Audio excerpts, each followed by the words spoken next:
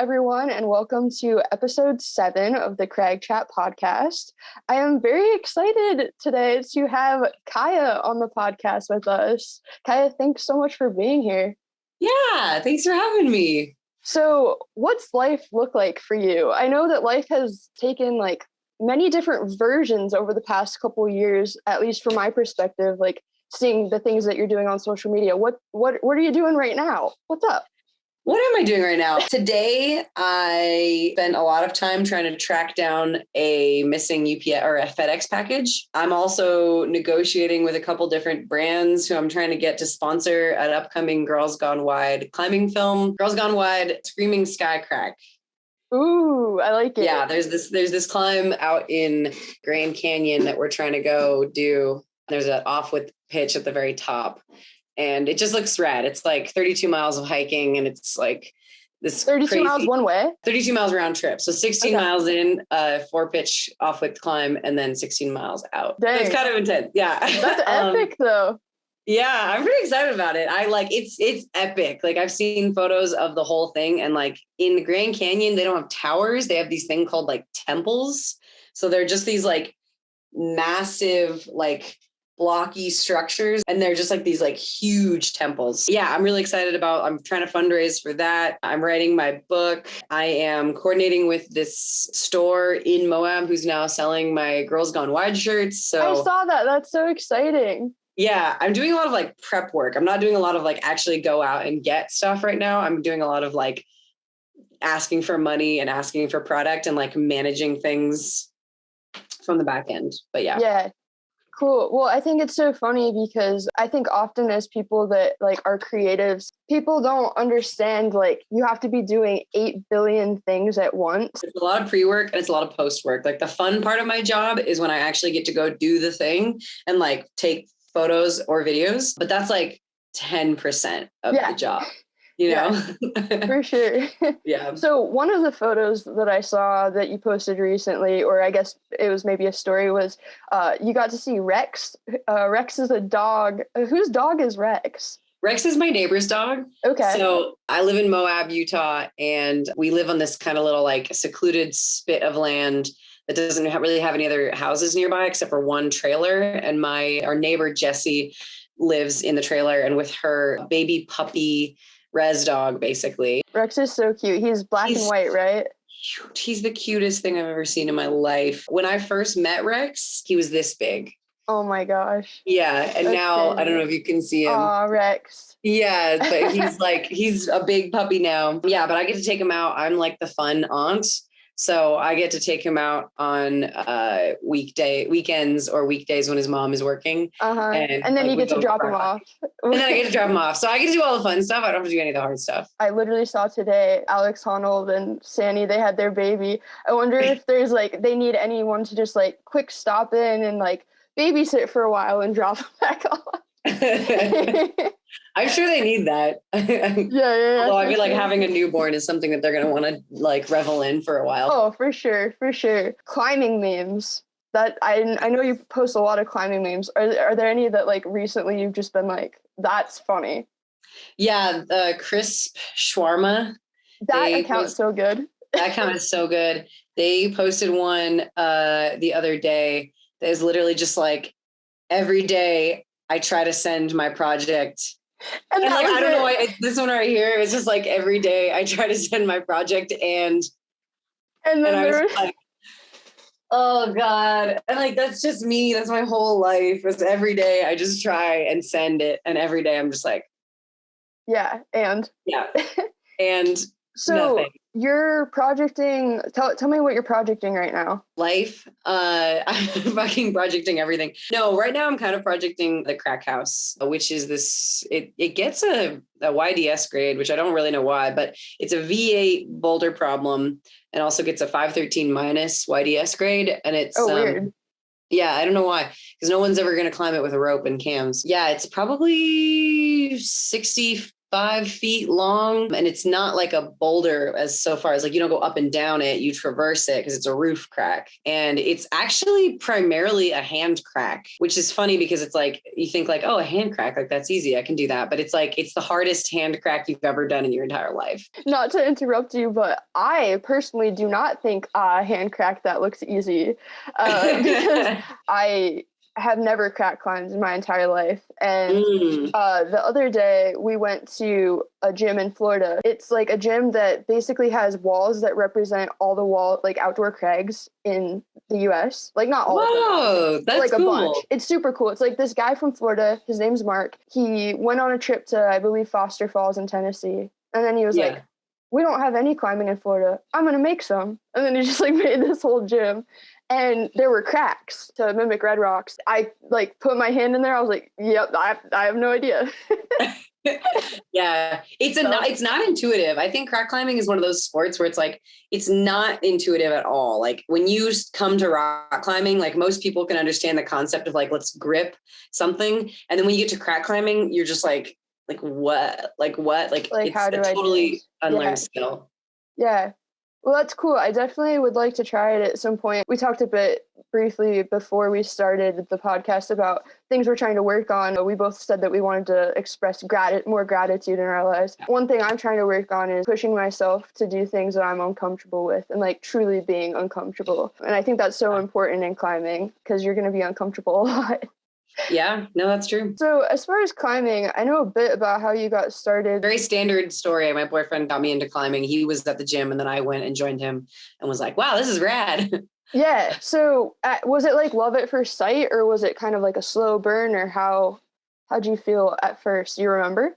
Yeah, actually. So it's funny that you asked that, the phrasing of that, because to answer your question, I got into bouldering in the gym. That was really my first thing because I was really afraid of lead climbing and I was really afraid of falling. Yeah. So I just did a lot of top roping and mostly bouldering. Like that would be it. And then when my partner and I broke up, I went out and I just wanted to go rock climbing and I didn't really know like when or where. I ended up going to Indian Creek and meeting up with some people there. And I had no idea how to trad climb. Trad climbing was like, it grabbed me like with both hands. Like it was like one of those things where I was like, this is what I have been missing. I had never crack climbed in my life. I went to Indian Creek and I spent like 11 days in this campsite in the desert in the middle of freaking nowhere. And then like after that 11 days, it was like, my entire life is different now. Like I have completely different priorities. This is what I'm doing. This is the thing. This is it. Yeah. We were like, what did we do before climbing? Like literally what did we do? And we were trying to figure it out. And we like, for the life of us, we're like, I don't know. So yeah. I get it. Yeah. When I was getting really into trad climbing and I was like really in love with it, somebody asked me like, oh, is climbing your first love? And I was like, well, it wasn't my first love, but it was definitely my rebound. Oh, and yeah. I think about that all the time because it was like I broke up with my boyfriend and I like rebounded onto rock climbing and then it just like took over my life. Yeah. I mean, that's not the worst rebound in the world. No, really not. It's lasted a lot longer than any of the other rebounds I've ever had. So you just like dove in head first and you're like, this is my life now. This is what I want to do. Pretty safe to say you're a self-identified dirtbag of sorts. And I think I was at one point. Well, I live in a house now. Now you're in a house. I, as a weekend warrior, have always kind of wanted to, right? Like that's the dream, to go out and just climb all the time. And like, it's fun and everything's great and there's no problems, right? Like, yeah, that's not how the world works. No. So like, what's one thing that you think that like the average weekend warrior climber might not understand compared to like the dirtbag climber that's like in it out there all the time? I think the thing, and it's going to sound so pretentious, but I'm just going to say it, is that like, I think the biggest difference between like a weekend warrior and the dirtbag crew is that the dirtbag people don't think of rock climbing as like a sport. You know, like it's like we talk about climbing as a sport and like it's super weird if you break it down to say that because like it's like a sport is like baseball or football. It's like a competitive thing with scores and there's like a domination or a competition theme. And like, I guess now with like climbing in the Olympics, we technically have introduced this kind of like competition element into it, but like, it's kind of more of like a lifestyle, like a way of pursuing things. And like, I know that sounds so pretentious, but I do feel like climbing for me, it's not really a sport, even though that's kind of like, it's a physical activity that I do that requires a lot of gear and has some loose rule structure, but I don't think of it as like a sport, you know? Right. Yeah.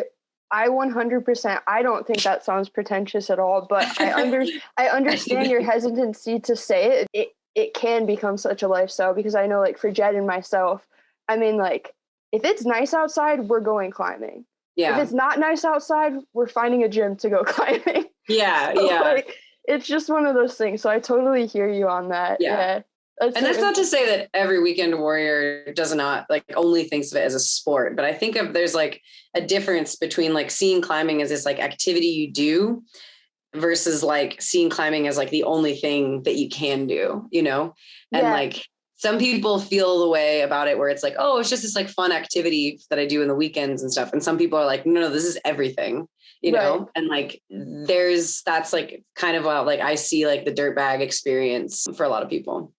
Yeah, no, that's interesting. And just like to touch on my perspective about the whole sport aspect, like I've played a lot of sports growing up. The sports that I always found the most, that resonated with me the most, were the sports where I just felt like it was me against me.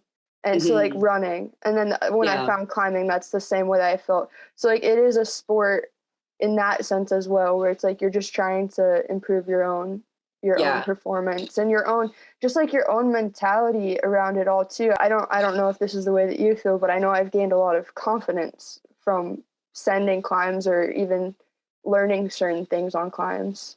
Yeah. No, I think that the ability to overcome physical challenges that climbing presents to you translates over into like general life issues.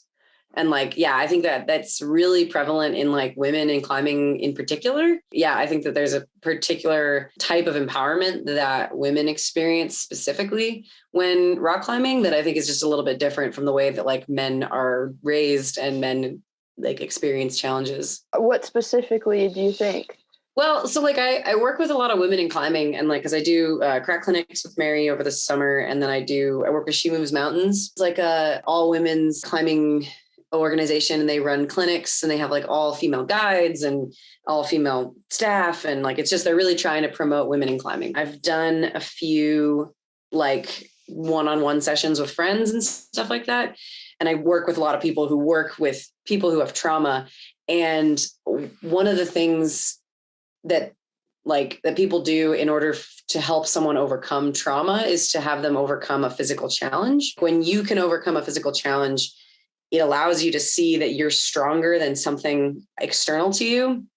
And that also like translates internally and helps you like overcome that. And so when I say trauma, like I think that word's thrown around a lot, but like as women presenting people in the world, like, or female presenting people in the world, we just like live with this like low level of harassment and trauma. And also women are really not conditioned from a young age to engage with fear or engage with like this concept of bravery, because, you know, typically women are like, because there's no all one rules all, but like typically women are smaller and typically women are weaker and typically women are like shorter. And so like a lot of physical obstacles we're just kind of taught to avoid and like have someone else handle it instead of us handle it. And so when you're rock climbing and you're forced to be in a scenario where there's a physical challenge and it's like, it's literally up to you to overcome this. A lot of women that I work with, this is the first time in their entire lives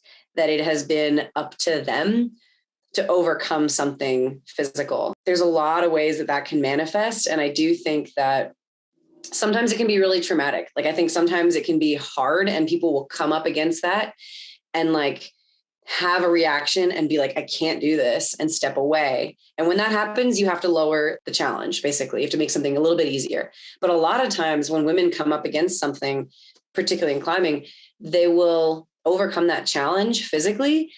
And there's this intense like release of emotion. Like I can't tell you how many times, because I'm a photographer also, so I'm above taking photos, but I'm also coaching. And so I'm watching these women have these experiences. And I cannot tell you how many times I have worked with women who are just like, for the first time, like overcome something intense and just burst into tears. And that's so like, powerful. and I'm like, you are strong. Like you are so strong. And like, it's not just like they hear it, they know it. And like, I don't think people realize that that might have been the first time that a woman has ever known that she was strong. Yeah. You know, that's such a cool thing.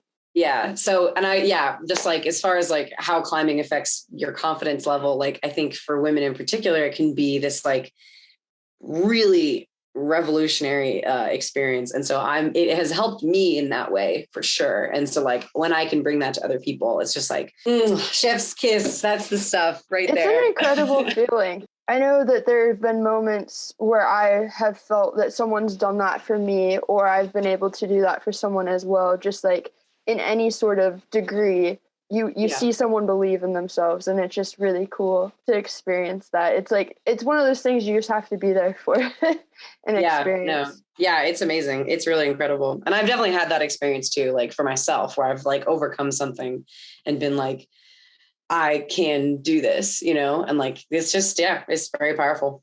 That's so funny because we're on the same wavelength there. I was going to ask you, what's a moment in your climbing career where you've been like, you overcame something really hard and you're really proud, not even necessarily like a send, but like maybe a mental achievement? Yeah. I mean, the one that comes to mind right away is sending Big Pink. It's in the Girls Gone Wide film. Yeah. That climb it's like an 11B, which is such a ridiculous grade because like it's the hardest 11B. Like it's not 11B, like that's what people call it, but it's like absolute nonsense that that's the grade. Can I just tell you how good it feels as someone that loves to say that's not the grade, to hear someone that like climbs all the time say that's absolutely not the grade. It feels good to know that never goes away. Yeah. I mean, the joke's on both of us ultimately because the grades don't matter, but like I do strongly believe, and there's a large consensus in the climbing community that climb is not 11B. It is like, That's in the View, right? It's in Vedavoo. Yeah. Okay, cool. Yeah. It's in the Voo. Yeah. And that thing, like when I projected it for about 2 days actually. And when I got to the top, I just screamed like so loud. And I just like I was crying and I was screaming because it was just like this moment where I was like, I am strong enough to do this and I can do this. It was the hardest I'd ever worked at the time for a climb. And it was just like, fuck yeah. That's so awesome. That's really cool. I think it was really cool the way that you put together Girls Gone Wide too, because like you showed just all the different aspects. It was like a really cool mix of like, let's hang out and climb and go on this climbing trip, but also like we're gonna send hard and cool stuff. And I just really enjoyed that film. Yeah, thanks. I'm glad. It was super fun to make. Except for the part where you had to redo the entire intro because you... Yeah, that was not fun.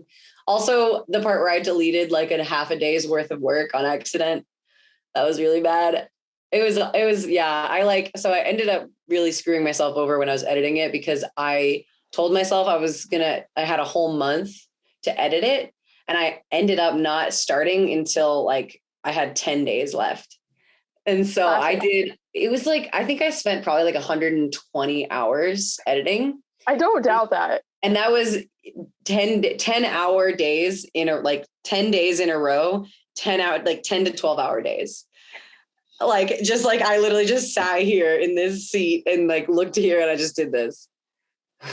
I don't know how you did that because like with the videos that I edit, I like, and I mean, I have the luxury to do this, right? Like I have a day job. This isn't my full-time gig, but like, I will just hit a point where I'm like, I am not being productive. I am not a creative person right now.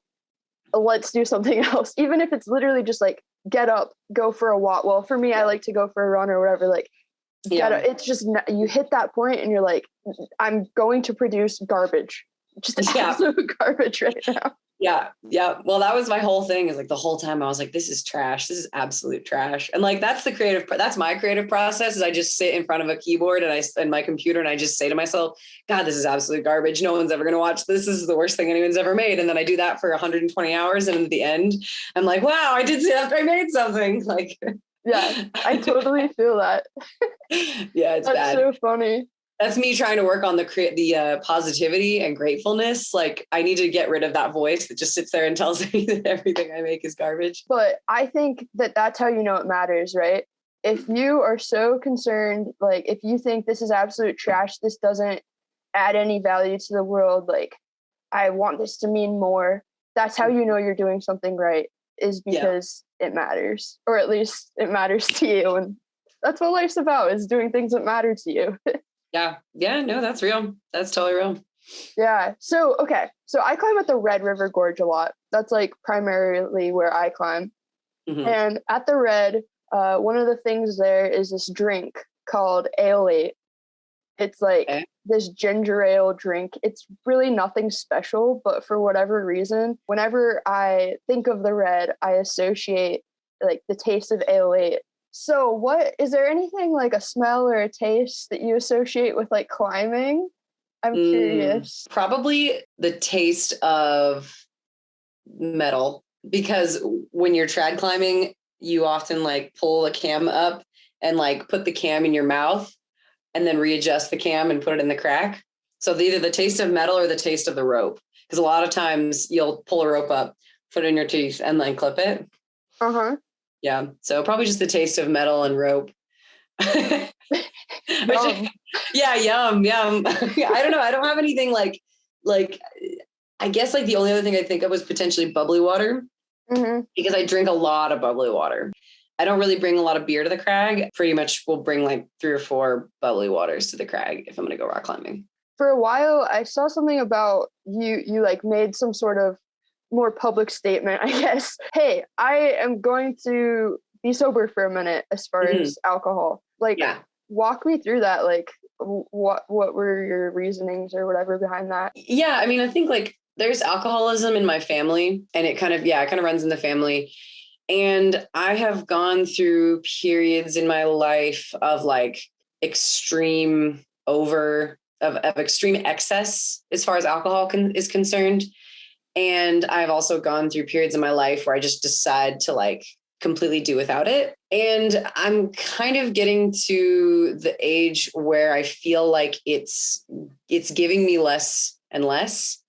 And it's taking away more and more. Although to be totally honest, like there is literally nothing better in the whole world after a long alpine day than like a beer and a burger. Like, oh man, like, especially when you're super tired and you just want some like carbs, like a beer and a burger is just like, whoo, that's it. That's the thing. And to be totally honest, the climbing community has a lot of alcoholics in it, particularly the off-width community. Yeah. Like there's just a lot of alcohol. And I think people use it as a tool a lot of times, as a way, because it does 2 things. It numbs pain and it numbs fear. And so when you're climbing at a level where everything is really excruciating, which is what just ends up happening, especially with crack climbing, being able to be somewhat drunk helps prevent that. And then also like trad climbing is scary. And sometimes you're climbing above shit that's really not going to hold. Being braver and bolder is an asset. So I have been hanging out with some people who in some ways can like over imbibe in that kind of thing. And I just got to a point around the holidays, I think, where I was just like, oh, what is the point? Why am I doing this? I've had so much alcohol and like I've been drinking so much. And I also don't like, it's really not good for my mental health. It's just like, it doesn't help me sleep. It doesn't help me perform. It doesn't help me climb. Like, you know, like the benefits that it gives me is that it feels nice. And like, I do like the kind of like camaraderie, like the drunken, like, oh, we're all drinking and hanging out, you know, like that's like a nice feeling. But, you know, it just kind of, there are times in my life where I'm just like, this isn't serving me right now. So that was one of those times. Yeah, for sure. Well, I know that alcohol can be a bit of like a vulnerable thing to open up about. So I appreciate you sharing that with me. Yeah. Yeah. And I don't mean to say that like there's no healthy way to like engage with alcohol, because obviously like I like it. Oh, and I for sure. For sure. It's just more that like I have recognized more and more in myself that I just like need to have a different relationship with it. And so taking it completely out of my life is just a really good way for me to like reset. Right. I'm also like the biggest lightweight. Like I'm not like if you give me like a single beer, like I will be drunk. And like I'm in Utah where the highest percentage alcohol you can get is a 5% beer. Like, oh, wow. Yeah. So if you give me like a 6% beer and I have it, I'm wasted right now, So like, it's also like, I just can't hang with normal people who drink. So when I drink, I just get like blacked out, and like, it's just like, it's messy. It's a messy scene. For sure. So yeah. Speaking of beer. Speaking of beer. Athletic Brewing supports the podcast, and I'm super grateful to have their support for the podcast. They make non-alcoholic beer that literally tastes just like the real thing. It's like 0.5% alcohol, and I love it because you can bring it to the Crag or bring it really anywhere. You can get 20% off with your first purchase at athleticbrewing.com with the code Courtney S20 at checkout, and all that information will be in the notes for the podcast. So thank you, Athletic. Yay, thank you, Athletic Brewing. Yay. We talked about being scared while climbing. I know that I have several moments where I'm like, I was scared on this route. What's a route or a moment that you remember in your climbing that you were like, I was like just scared out of my mind? Yeah, the scariest I've ever been rock climbing was actually the day that I bailed off of the nose, because I was going to try and do El Cap with a friend for her birthday. And there were a lot of things that we did wrong. Most specifically, we had actually never climbed together before. Ooh.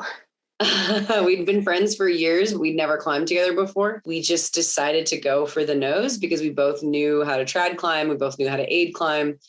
And we were like, yeah, fuck it. Why not? Essentially, we got up to Sickle Ledge, which is the very first like checkpoint, kind of like it's about not a third of the way up, but it's like, what is it? 5 pitches, 6 pitches up? Maybe it's a little more than that. I can't remember exactly how many, but it's like, it's a decent amount of pitches up. We started climbing really late, which was another mistake. I don't think we started climbing until like 2 p.m. And we should not have done that. We made a bunch of mistakes. She gets to the anchors at the top of the pitch, and it's my turn to jug the line and follow it. It was probably 1 a.m. at this time. We'd been climbing through the night and we were really tired. And she actually missed the first set of anchors. There's like a set of anchors kind of like here, and there's a set of anchors here. And she went to the second set of anchors, and the rope is running from the second set of anchors over an edge all the way through a bunch of gear and then over to me. And when you are aid climbing, when you're following a pitch like that, you have to do something called a lower out. And it's not very complicated. And this was my biggest mistake, was that I had done a couple lower outs before, but I wasn't super familiar with lower outs. Like I had not done enough to have them like second nature. I was really tired and I was nervous, and I basically really messed up my lower out, exacerbated by the fact that she hadn't gone to the first anchor. So I was trying to lower out an entire rope length, which is like, 70 meters, maybe it was 35 meters. So it was like something I wasn't familiar with. And essentially I was on a completely blank face, looking down about 1,000 feet with nothing around me. And I was stuck, and I was just looking up at this one tether to reality, which was this rope, and it was rubbing over the edge, and she couldn't help me.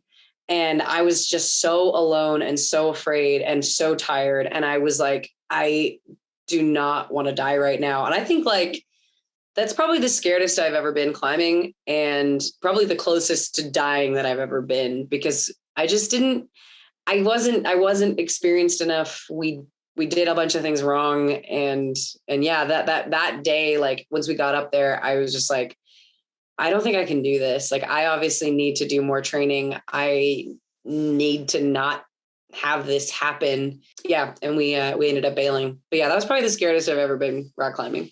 Yeah, that's insane to me to think about being that far off the ground because yeah, I mean, I think it's so interesting, right? The relationship with fear and climbing, because there's different reasons you can be scared. And some of them are very real and some of them are just like absolutely not. Like it's not really that big of a deal, but like in the moment differentiating what the real thing is and what the fake thing is, it's like it's just a lot. Yeah, man, I'm glad you got out of that. Okay, that sounds terrifying.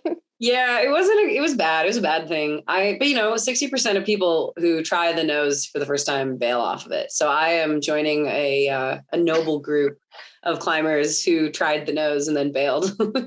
Well, that's a good perspective to have on it, I guess. Yeah. Yeah, there's a lot of people out there. So there was a lot of things that I should have done differently. I should not have signed up to go on this climb with this person who was a good friend of mine who I'd never climbed with before, because we didn't have that foundation of trust. Right. And it wasn't anything to do with her or me in particular. It was just that like we didn't know how we communicated. And so that didn't work out really well. We should have just waited till the next day to start really early, because we wouldn't have been tired. We would have been able to like talk through what was going on. She would have been able to see the anchor, so there was a lot of things that I learned from that experience. For sure. Life's all about those lessons you learn. Yeah. Yeah. Really so you talked about climbing the nose. So yeah. Okay, so Yosemite, I am very upset because we lived in Southern California for several years and we gym climbed 2 hours away from Joshua Tree for 2 years. And we took several trips up towards the Yosemite area and never stopped by. It's not going anywhere. I hope not. So Yosemite, you had a piece of writing. If anyone listening has not read any of Kaya's writing, you really need to go to her blog, and we'll talk about all the places you can find her online at the end of the show. But I love your writing. I genuinely do. And I hope you know that I don't say that lightly. Writing is something that ever since I was little, it's something that I've like genuinely felt that I might be good at. To gain inspiration from someone like yourself is really cool. One of the pieces of writing that Kaya had is this piece about the 8 seconds that you get when you're driving up and you see El Cap. And I just thought that was really cool. One, because coincidentally 8 is my favorite number. I'm obsessed. But also it made me think about what are some of the other moments in my climbing career, like what are my 8 seconds that make me feel the way that piece felt. What's another 8 seconds in your life in climbing that has been like really memorable to you? Yeah, I'm glad you brought that up. I love that piece. I love thinking about it. It really, the 8 seconds I'm talking about are when I noticed it because I was sitting behind 2 people who are really obsessed with Yosemite. Just for the people who haven't read it, basically there's this stretch of road that like looks directly at El Cap, but there are trees right before and right after this like one stretch. And so you get this 8 seconds. And I noticed that because I was in the back of a car, and as we were driving around this corner, the 2 men in the front at the same exact time, they just like sit up like this and then sat down. And it was like perfect harmony. Like they didn't talk about it. They didn't say anything. They just both at the exact same moment leaned forward and stared for 8 seconds and then leaned back. And I just thought that was really great. Like a funny little moment in climbing, because climbers are always obsessed with rocks. And like where we were driving to the meadow, which is where you can stare at El Cap unencumbered for hours, and but they're so desperate to get that like 8 more seconds that they just needed to like do that. So I just like that a lot. I thought that was a good little insight into the climbing community. But my own 8 seconds, honestly, when I was reading the questions, and we already kind of talked about this, was I was thinking about the 8 seconds after I sent Big Pink, or actually more specifically, the moment that I knew I was going to send it. Because in any climb, particularly one that has like a crux down low, there's this like moment where you realize I just did the hard part. Like I don't fuck up now. Like the hard part's over. You keep going. And then after that, there's a moment where you just realize that you've done it. And like, you're not at the chains yet. You haven't clipped the chains yet. So you could biff it. You might, but like, you're just like, I got this. And I think there was a moment like when I sat on top of the rock and just like, basically like pushed myself up and got to the top of the rock and like looked at the anchors and I was just like, it's done. Like I've done it. And then I like clipped the anchors and just went like, ah, and like I just started crying and screaming because I was so excited. But that was the 8 seconds I was thinking of, that moment where you realize you got it. Yeah, that's so cool. Oh, that's so cool. I love that so much. Yeah. Your group of friends that were with you for Girls Gone Wild, for the Girls Gone Wild film, where you sent Big Pink. They just seem like the most supportive group of friends. And I love seeing you guys go on adventures together. One question I get a lot from climbers that are like newer to the community, they always ask like, how do you make climbing friends? I was wondering if you had any advice or like tips on that, because it seems like you've figured it out a bit.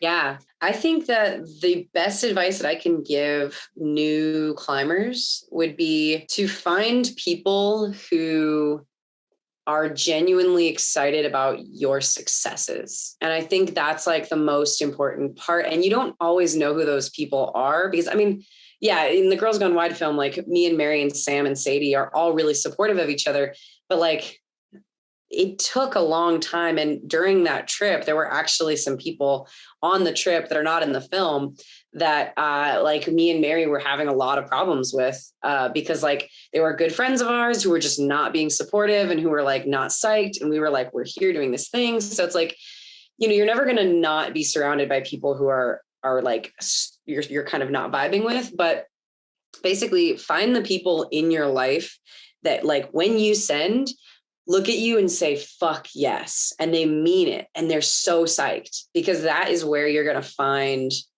creative and compassionate connection that is going to push both of you to be stronger. So, I mean, like, what does that look like on getting started scale? I mean, that can look like basically finding someone who you don't know who is struggling on a similar climb that you're on, and like supporting each other through the send process. You know, finding a good climbing partner is like finding a good boyfriend or a good girlfriend. Like it's hard, you know, like it's not easy. We joke about the relationship, but like it's real. Like it's like you're dating. When you have a good climbing partner, you're basically dating.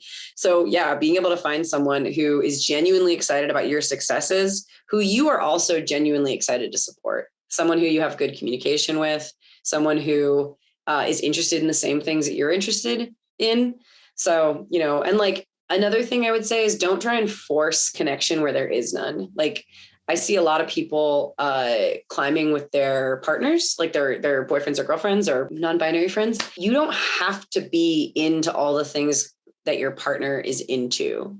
And I think that is where, particularly couples, because a lot of people get started rock climbing with their partners, can be really damaging. If I'm excited on off width and my partner is only excited on finger cracks, like I can't force myself to be excited about finger cracks, and he can't force himself to be excited about off width, right? So it's like, let's not try and force it. And because that forcing of like, well, I'm doing this thing and you have to care about this thing because I supported you on that thing, like that kind of relationship gets really nasty and hard to manage. So be okay with like when your interests change, be like, you know what, I don't want to do that. And like, I'm just being honest with myself, but like someone else can support you, and like, I'm going to go do something else. And like you don't want to do the thing I'm doing. And like, that's okay, because I'm going to find someone who does, you know?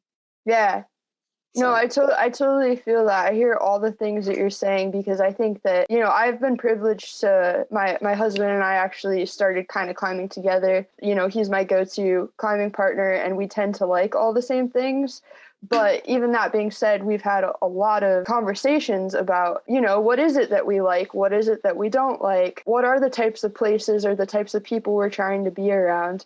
And just like having that open communication is something that I value so highly. So I think just like you said, just finding people that are genuinely stoked to see you succeed. Yeah.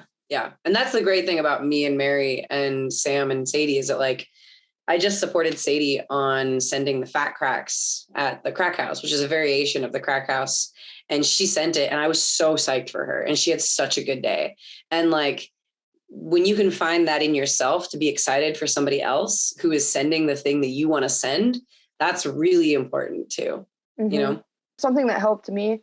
And I don't know if this is something that I came up with or something that I read, probably a combination. No thought is original. But if you think of climbing as more of like a team sport and you're all on the same team, imagine you're a basketball team, right? And if you imagine you're all on the same team and you're all trying to compete against the climb, which is the other team, then it makes it a lot easier to be supportive instead of to be jealous or whatever of someone else's send.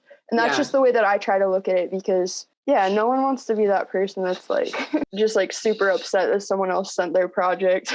When they could, I mean, obviously like you're human and you have feelings and it's disappointing, but I may be wrong. But I saw recently that you went on a sport climbing trip for Mary's birthday. And I want this to be known. I read that you enjoyed it. I did. I really did. I mean that honestly. I actually I do think sport climbing is really fun and I think it can be really fun. And I honestly am way overdue for a sport climbing season. I have thought about like going to El Potrero Chico for the winter at some point to try and get some like multi-pitch sport in, just really get the mileage in. And I've also thought about going out to the Red or the New where you guys are and just like giving it a go because it's something I'm really bad at. Like I'm really bad at sport climbing. Like I think, no joke, honest to God, my hardest sport climb send is like 10B outside. Like, and maybe in a gym, like 11A. Like it's really like, I don't climb that style. And honestly, it scares me. Like I get really nervous climbing above bolts and taking big whips. That was the thing that held me back from wanting to lead in the gym back when I was like very first starting. And like, it's still with me today, like 5, 6, 7 years later. Yeah. Where it's like, I have a hard time with it. So it's one of the things that I'm trying to do in climbing. And it's actually really fun once you start to think about it differently is that if you look at your weaknesses, you can just sit there and only do your weaknesses and like train your weaknesses. And then you start to get better. And like the experience of getting better at something you're bad at, I think is, for me personally, it's super fun. Yeah, I'm way overdue. I had a great time and I would love to do it again. So what I'm hearing is that I need to keep encouraging you to come climb at the Red. Yes. Well, Mary's from Kentucky. And so I remember seeing that somewhere. Yeah. So we've been talking about heading out and visiting her mom and going on a Red trip for a while. So that'd be super fun. I thought it was interesting because I grew up in Montana. I'm from a town this is the real name of the town. It's called Roundup, Montana. Nope. It has one blinking yellow stoplight, one main street, if you can even call it that. So cities have always made me feel very fake to me. Just everything about cities feels, when you're little and you play house, when you get to the part where you're actually playing house, like when you get done setting up the house, it's like not as fun anymore. Yeah.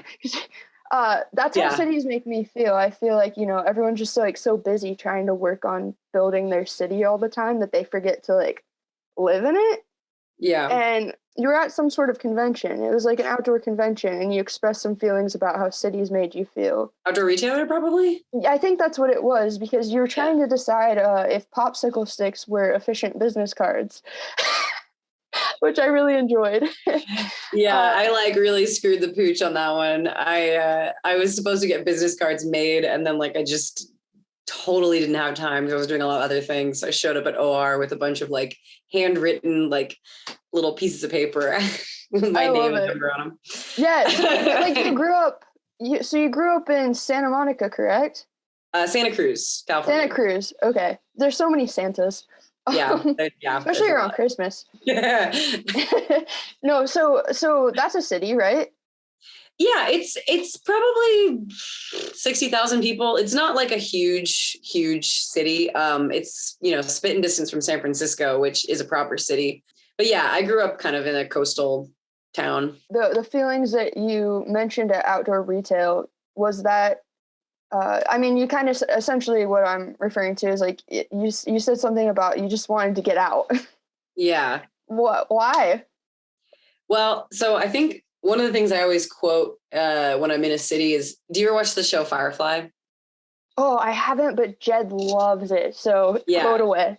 Yeah. So it's probably one of the best pieces of fiction, like one of my favorite pieces of fiction of all time. There's a scene where they're in a spaceship and they're taking cows from one world to another world, and they have the cows on the spaceship, and you don't see that whole part. You just see the part where they're unloading them. One of the characters like is looking at the cows, and she's like, they forgot they were cows in there, but now they're here and they can feel the wind and see the sky, and they remember what they are. It's a loose quote, but essentially that's kind of how cities make me feel, is that like I forget who I am in a big city.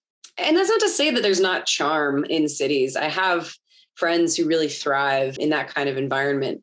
But for me, I like to be alone. I like to kind of get away from the world. That's probably why I got into off-width climbing, because there's not a lot of people who are into off-width. And so I don't usually see other people on my routes that I want to climb. And they're always like hard to find and difficult to get to. And like cities are a lot of people, a lot of traffic, a lot of noise. It's expensive. A lot of good food, though. I will have to say, cities really have their food down. That's something you don't get in like rural Utah. Yeah. But yeah, that's kind of my take on cities. Really, Yeah. I just want to move to smaller and smaller towns, honestly. Yeah, I just found that really interesting because I am actually the exact opposite in the fact that I love being around people. Like 99% of the day, if I was around people, that'd be completely fine with me. Yeah. But cities make me feel the way that you just described. This is a really random fact, but I am almost responsible for the death of Kaya. Her friend. Her Even friend more so than that time on El Cap. Yeah. Let's put that into context before I get memed. So Kaya asked for song recommendations on Instagram, and dude, you have fire music tastes. Thank you. Every song is so good. Basically, I remember that we were trying to like pick songs for a playlist. And so I like asked people what their spooky Halloween songs were, because it was around Halloween time. And I was like playing them, and I was like, I was being a bad passenger because Amanda was driving and I was trying to show her this song. And like, we were just like looking at this song, and we pulled out of like a parking lot and almost just got like completely like T-boned by another car. And so I think the thing you ended up seeing was just me like jamming out to this song and be like, oh my God, like for real. So, we almost died. Indirectly because of that song. I don't actually, funnily enough, I don't remember what song it was. It was Wonderland by, like, I think it's Naomi somebody or other. It was just what I was super hyped on at the moment. I'm curious, I think I know the answer to this potentially, but what's a song that you're super hyped on right now? Well, I posted on my story like very recently. And so, yeah, if you've been watching my story, then yes, it's the new song by Florence and the Machine. It's called King. Ooh. It's real good. It's a real good song. It's just very good. It's very powerful. Yeah, her music is super good. I go through phases with Florence and the Machine, and like, right, this one was really good. I hope you take this as a compliment, because I mean it in the best way. But so life is like this really absurd thing, right? Like what are we all doing here? Yeah. And we're just trying to like do what we can to make it mean something to us. And for us, that's, there's a lot of climbing in there. I found this song recently that's kind of like when I feel the feelings of like being in a city, or like I just need to get out, or like nothing really means a lot. I found this song called How to Be Happy in 4 Easy Steps. This song, and he starts off like, the basic tutorial, like, here's how to be happy in 4 easy steps. Yeah. And number 1 is beat the drum. Number 2 is dance the floor. And, like the other steps and it's just like these basic steps, right? Uh-huh. But it's like to this really happy tune. And it's like, well, obviously that's not really gonna, there's a little bit more in between all that, right? On like how to be happy. And it just reminded me of one of my favorite videos of yours. It's this video of you were playing the ukulele and Yeah. you were singing a song that I had never heard before singing it on your channel. And I absolutely fell in love once I saw it. It's called In My Little House. Is that the song? And you essentially, put scenes of your life of living in your van over top of it while you're playing it. And it had that same aspect to it, like to it, where it was like this happy thing, but this very like underlying sad thing. And I think that's something that's so cool in your writing that I see. Not to say that like you present yourself on the surface as this happy person and you're sad underneath. That's absolutely not what I'm saying. But to the effect of like that's life in general, right? Yeah. Like there's happy and there's sad, and it's all just like this absurd mix. Yeah. And I don't know. I kind of thought that was a neat thing. Yeah. I mean, I think you really hit the nail on the head with kind of like the style that I'm going for, and kind of like the thing, like the creative bell that I'm trying to ring essentially is like, there is this, like all the music I really, really vibe with, and like the art that I like kind of has that happiness with a bittersweet tinge to it. Yeah. I think that, generally humans are kind of sick of this like fake positivity. I see a lot of that on social media, and like a lot of just like pretending to be something that we're not. And I don't think it's very interesting to be perfect and happy all the time. And I also I'm just a bad liar. And like, I just can't, like, if someone's like, how are you doing? I'm just like, I'm not good, and I'm like the same way. And so it's like, I just like, yeah, it's just like, that's kind of the sweet spot for me, where it's like, I want to convey the fact that like there's a lot of beauty in this world, because I think that the beauty and the power of like life is amazing, but like, yeah, it's important to recognize that things are shitty and sad sometimes, and like there's that bittersweet tinge, which I think makes the happiness more vibrant, Mm-hmm. And that song In My Little House, like that's still my favorite song. Like I play it all the time. It's so good. Yeah, and like I love that song because it's just like, it's just life. Like, it's just like, the song is essentially like, this is my little house and this is my life. And like, I'm, all these things that I'm going to do and all these things that have to happen. And like, I'm fine. I'm fucking fine, and it's just like, I love that. The last lyric is like, I'm just so fucking fine, you know?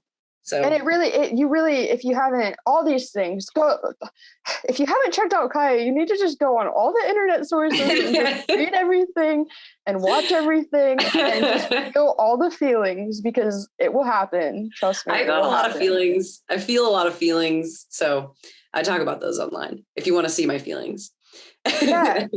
Yeah, that's exactly what it is, right? It should be about putting real meaning and value out into the world. And I think you do a great job at that. I mean, I personally have found a lot of meaning and value from the stuff that you've put out. And I like in my own personal endeavors, that's what I strive to do as well through climbing, like putting out climbing media as well. Your sister is an artist. Yes. What type of art does she do? My sister's a painter. Okay. And she's been an artist since we were kids, like really, really little. And she's done a lot of like line drawing and kind of like what you would call more like illustration or cartoons. But in the last couple of years, she's really switched over her medium to painting. And her art, I think, is just like unbelievably beautiful. She's really involved in like the body positivity movement. And so a lot of her art represents like fat bodies in like sensual kind of like scenes. And so it's really an opportunity to like highlight and promote like the beauty of like bodies that aren't typically shown in media and aren't typically shown in like sensual positions and sensual ways. And so, yeah, my sister's Kenna Shop Insta, and her art, I just think is like, it's so stunning. Like it really is vibrant and stunning. And then everyone should check it out, because I'm my sister's biggest fan. Does creativity run in your family in general then? Because I know your dad's like, he works with computers. Yeah. So my dad's an artist too, actually. He's a graphic designer. Oh, okay, cool. Yeah. And so growing up, he supported our family working as working at video game companies as like an artist, designing logos, like all this kind of stuff. So my dad has been like an artist his whole life. I think art, it does, like, creativity runs in at least the immediate family that I have, for sure. Yeah. And I'm sure it's like inspiring and like nice to be able to talk about people and like talk with people that are, you know, in your immediate life about creativity. Like, my dad has been a really good resource for me because he ran his own business for a long time. And so I started running my own business when I was 20 and I'm almost 30 now. So like, I've been doing this for 10 years. My dad has basically been like a consultant for me to help me out. How do you make a living as an artist? How do you make a living as a creative? Like, how do you strike that balance between paying your bills and doing the art that makes you happy, you know? Yeah, for sure. All right, so let's talk about the book that's going to hit it big time.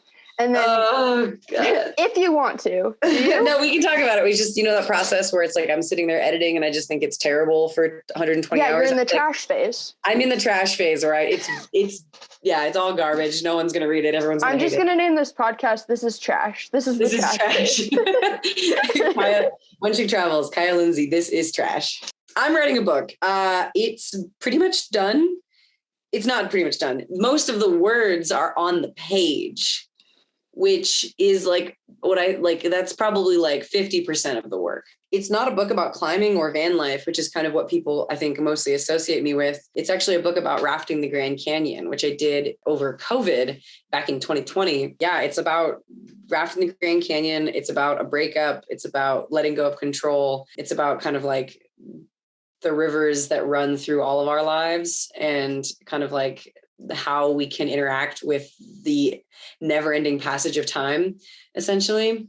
I'm excited about it.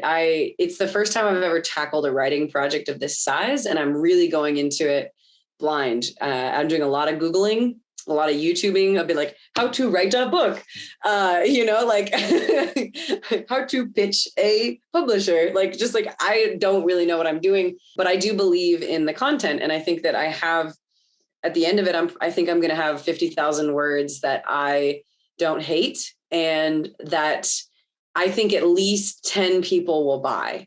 And that means that if I sell it for $30, I will make at least $300. And that's bad business. But that's how you get a book written. I love that. I love everything that you just said. And I think that I was as shocked as I'm sure anyone will be. Kaya's writing a book about the Grand Canyon. What the like I'm so excited to read it. Do not get me wrong, but I was like, oh. And yeah. I think that's funny because I actually love that you're writing a book in general, but about the Grand Canyon, because I think online, right, it's like really easy to pigeonhole people into one thing, right? Like Kaya the climber. People are not one-dimensional. Like, yeah. I hate that about the internet. And I think it's really cool that you're like branching out, being like, no, this is what I want to write at least my first book about. Yeah. Yeah, I mean, it happened accidentally. I was always planning on writing a book about my whole journey into van life and rock climbing. That's something I've always been thinking, like, I still want to do that. Sometimes when I just need to write it out. Like, sometimes I'm just sitting and I'm like, I just need to fucking write about this because it's driving me crazy. And I literally just sat down and started writing about my trip down the Grand Canyon. And then I just didn't stop. And then I had like 35 pages written at one point. And I was just like, I'm going to just keep going. Like, I'm just going to see where this goes. And so it actually happened accidentally, where I was just writing a blog post and kind of for like personal release. And then I got to a certain point where I was like, well, I've always wanted to write a book. I don't know how to write a book. This is a great test run for writing a book. And I think that it is a good story. And like, I think it's an interesting story worth telling. Yeah, it kind of happened accidentally. I'm still hoping to write an actual book about like the things that I am known for and the things that like have shaped me as a person. But this felt like a really good way to just break into that whole world and see if I A, like it, B, am good at it, and C, could actually sell a book, you know? Yeah. Well, that's so cool. I'm very stoked about it. And so like when you say you just like sit down and write, are you like a pen and paper person, or are you like a furiously typing at your computer person? I'm kind of an everything person. I write in my journal almost every night, and so that is very much pen and paper. But that's not really writing creatively. That's just more of like a personal log. And I do a lot of writing on my phone, like the Notes app. I do prefer to write with like my noise canceling headphones on, at a computer, at a chair with like a keyboard. A lot of times I write because I have to write because of work, or I write because I need to get something finished in time. But my favorite times to write are when I'm like not doing anything and I'm kind of just spacing out. And then all of a sudden I start thinking about something and I'm like, I need to write this down. I need to get this out. I have to say this. I have to put it on paper or on a computer or something. So that is, that's what is they call the muse, and like it's not tangible and it doesn't come when you want it to. Yeah. For sure. I have, so one of the questions I have, I guess, is, it kind of sounds like you answered it, but you write when do you write more when you're feeling more then? Because like the act of writing is just getting your feelings down essentially sometimes. Yeah, I would say sometimes. I would say it depends. I think there's definitely like something to be said for like the therapy of writing. And like, that's something I've definitely heavily relied on. Writing about like painful or traumatic experiences for me is really hard because when I'm writing about it, I'm basically reliving those moments. And so a lot of times, like if I'm in a moment that's like tenuous and not necessarily like I'm in it and I need to just like get everything out, but I'm in a moment where I'm like, I'm trying to heal, I'm trying to recover. And a lot of this is really hurting. If I try and write about it, it's damaging. And like, I relive like a stressful, and I gave myself a panic attack once writing about my experiences with anxiety living in a van. And it was the first time I really acknowledged that like writing, like my experience of writing is very visceral and very real, because I was writing how it felt to have a panic attack. And I was writing about all these experiences. It's not funny. I'm so sorry. No, it's a little funny. And I was trying to like explain, like, how do you like show, don't tell, right? Like, how does it feel to have an anxiety attack? And I'm writing it down and I was just like, oh my God, I need to just like, I gotta go outside. Just like, and I had to stop and put it down. And so, yeah, like sometimes it helps and sometimes it's like, I can't do it. Like I have to think of it as work instead of therapy. Yeah, that's really funny. Like you almost, you did such a good job. You did such a good job at writing that it was bad. Yeah. So when you're writing a book, how do you decide what to share, and like how do you go about it? I know that you posted on Instagram at one time, you had like a little post-it note, and I actually took a screenshot of it and used it for my video editing processes. Is like storytelling process, who we are, what we did, why it mattered, and I thought that was cool. Is that kind of what you did with the I still refer to that like literally for every video. So that's great. Yeah.